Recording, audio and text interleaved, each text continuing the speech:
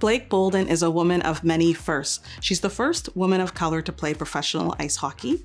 She's also the first woman of color to scout for the NHL.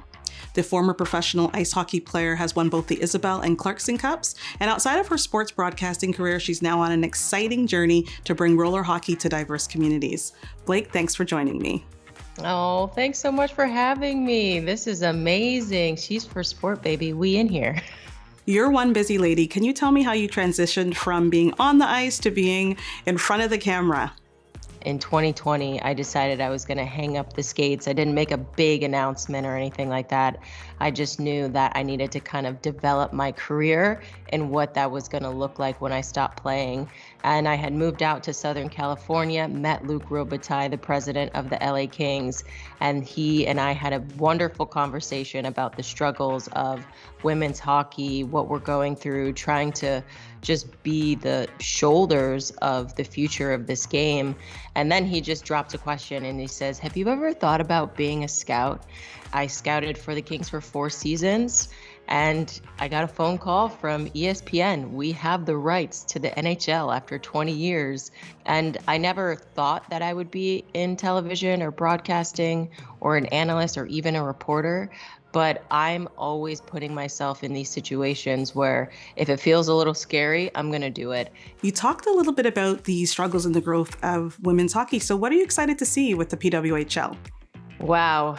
Well, the PWHL has been crushing it. If you don't know what women's ice hockey is, you just got on your blinders because they now have 2 expansion teams in Vancouver and Seattle, which is great. And now we have the eyes, the visibility. I think it's amazing to see that women in the Takeover Tour can garnish 20,000 fans in one of these NHL arenas. So I'm excited that people are getting excited about our sport. What I would love is just to kind of close up that parity, like have a little parity between the men's and the women's. I know that that's going to take a long journey, but my first year, I'll tell you, Anka, I made $7,000. You talked about the visibility and talk a little bit about how important the broadcasting side is to that. Yeah, the game is spreading like wildfire. And I think one of the most important things about that is having the eyes on the sport. I remember crying when I first watched the draft. The first ever live draft. It's more of an event, and it's taken care of more and treated like the professionals that they deserve to be treated like.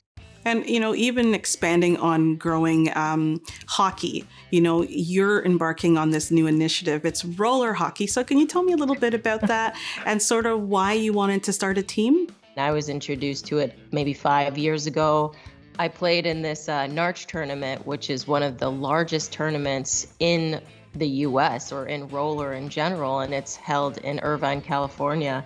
And I just fell in love with the excitement, the people there, the energy, the swag of roller is definitely different than ice hockey. So this year, I want to bring in a team. I want to bring in my team with my former pro teammates and people alike so we can just keep expanding the game that I love so much. And can you talk about the importance of using sport as a vehicle to bring resources and play to girls in Ghana?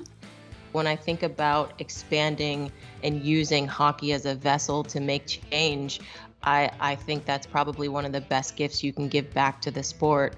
I partnered with an organization called Blader Skates Ghana to represent their program, which is a grassroots program in Ghana. And I've been watching them grow for probably the last 3 years, but they have no resources, or very small amount of resources, I should say. They're carving out hockey sticks with wood by themselves. There's no gloves, there's no safety protection on your elbows, your shins, or anything like that. So I think when I saw that, and I connected with Bright Mensah, the founder of Blader Skates Ghana, I said to myself, some shape, form, or fashion, I'm going to figure out how to support them. And on that note, thank you so much for talking to us. And we love all that you're doing, as I said, off the ice and with Blader Skates and your own passions. And we're going to continue following you to see what you're going to be up to next. Thank you.